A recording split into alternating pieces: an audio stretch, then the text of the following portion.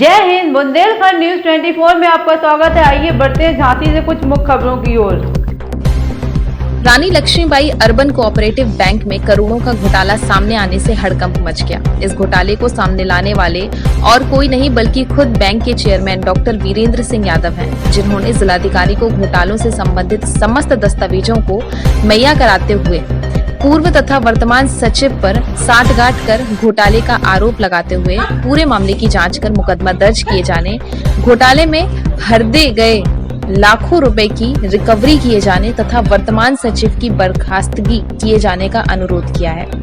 जिलाधिकारी को दिए गए पत्र में बैंक के चेयरमैन डॉक्टर वीरेंद्र सिंह यादव ने अवगत कराया कि Rani Laxmibai urban cooperative bank limited Ashiq Chauraha में पदस्थ प्रभारी सचिव विनोद रिछारिया द्वारा बैंक में विभिन्न प्रकार की अनियमितताओं एवं नियम विरुद्ध कार्यों को अंजाम दिया जा रहा है। इस संबंध में पिछले 3 वर्षों से लगातार कार्यालय, संयुक्त आयुक्त एवं संयुक्त निबंधक सहकारिता उत्तर प्रदेश झांसी मंडल द्वारा विभिन्न पत्रों के माध्यम से बैंक के संचालक मंडल को प्रभारी सचिव के विरुद्ध अनुशासनात्मक तथा विभागीय कार्रवाई किए जाने के निर्देश दिए जा रहे हैं। प्रभारी सचिव द्वारा की जा रही अनियमितताओं में उनके द्वारा निर्धारित ग्रेड से अधिक वेतन का आहरण करना, पूर्व सचिव द्वारा गायब की गई पत्रावलियों के संबंध में बार बार निर्देश दिए जाने के बाद भी पुलिस में प्रथम सूचना की रिपोर्ट दर्ज न कराया जाना आदि सहित तमाम कृत्य शामिल हैं, जिनके संबंध में संबंधित पत्राचार तथा सहकारिता विभाग के पत्रों की छाया प्रति संलग्न है। उन्होंने बताया कि इसी संबंध में शासन प्रशासन के दिशा निर्देशों का 100% अनुपालन करने के लिए 15 जुलाई 2022 को संचालक मंडल की बैठक में सारे बिंदुओं पर विचार विमर्श करने के बाद संचालक मंडल द्वारा प्रभारी सचिव को निलंबित किए जाने का निर्णय लिया गया। लेकिन प्रभारी सचिव द्वारा इसकी भनक लगते ही कार्यवाही रजिस्टर को अपने कब्जे में ले लिया गया तथा बिना किसी पूर्व सूचना के बैंक से कार्यवाही रजिस्टर को अपनी अलमारी में बंद कर चले गए। जब उनसे कार्यवाही रजिस्टर 18 जुलाई को समय करीब अपराह्न 3 बजे मांगा गया तो उन्होंने न केवल संचालक मंडल के लिए अभद्र भाषा का प्रयोग किया बल्कि हमलावर होने की भी कोशिश की।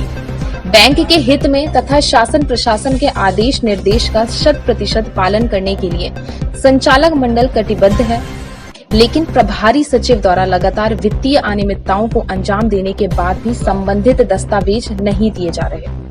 उन्होंने बताया कि प्रभारी सचिव विनोद रिछारिया के खिलाफ संयुक्त आयुक्त सहकारिता द्वारा की गई वित्तीय अनियमितताओं के संबंध में रिकवरी के आदेश भी जारी किए गए हैं, लेकिन उनके द्वारा संयुक्त आयुक्त तथा संचालक मंडल के दिशा निर्देशों को गंभीरता से नहीं लिया जा रहा और उनकी लगातार मनमानी जारी है। बैंक द्वारा प्रॉपर्टी को बंधक रखकर ऋण वितरण किया जाता है। कई मामले ऐसे संज्ञान में आए हैं जिनमें ऋण लेने वालों ने अपनी प्रॉपर्टी बिना ऋण अदा किए बेच दी। इस संबंध में भी सारे दस्तावेज बैंक में उपलब्ध, जिनकी जांच की जा सकती है। संचालक मंडल के संज्ञान में इस तथ्य के आने के बाद समय समय पर प्रभारी सचिव विनोद रिछारिया को लिखित तथा मौखिक रूप से निर्देशित किया गया कि ऐसे सभी ऋण धारकों के खिलाफ प्रथम सूचना की रिपोर्ट दर्ज कर विधिक कार्यवाही अमल में लाई जाए, लेकिन उनके द्वारा आज तक ऐसे ऋण धारकों के खिलाफ कोई कार्यवाही नहीं की गई, जिससे स्पष्ट होता है कि प्रभारी सचिव विनोद रिछारिया की ऐसे ऋण धारकों से भी सांठगांठ है। ज्ञापन में उन्होंने जिलाधिकारी से अनुरोध किया है कि प्रशासन स्तर पर अपने अधीनस्थ किसी उच्च अधिकारी से इस पूरे प्रकरण की जांच करवाकर प्रभारी सचिव के खिलाफ विधिक तथा विभागीय आदि कार्यवाही अमल में लाई जाए, ताकि बैंक में हो रही अनियमितताओं को सहकारिता हित में रोका जा सके।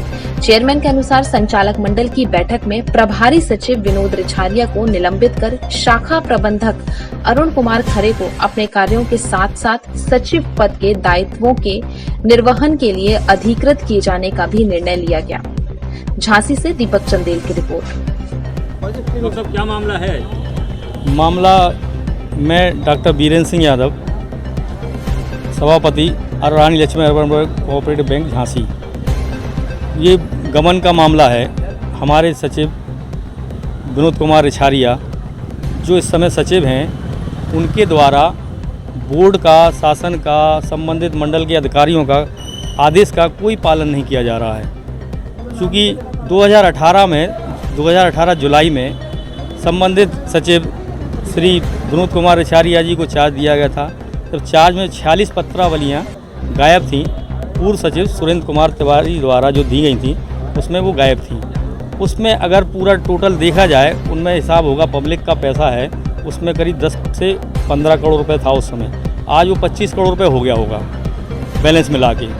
तो उसमें हम लोगों ने भी अपने तरफ से इनको आदेश किया कि ये संबंधित अधिकारी है, आपको ये नहीं दिया है सुरेंद्र तिवारी ने, तो विनोद कुमार रिछारिया जी कहा है कि इनका जो है आप FIR कराइए, अगर आज मान लो इन्होंने 46 पत्रावली नहीं दी। फिर हम लोगों ने शासन को लिखा, तो शासन का भी आदेश आया कि इनके खिलाफ FIR करा के शासन को अवगत कराएं।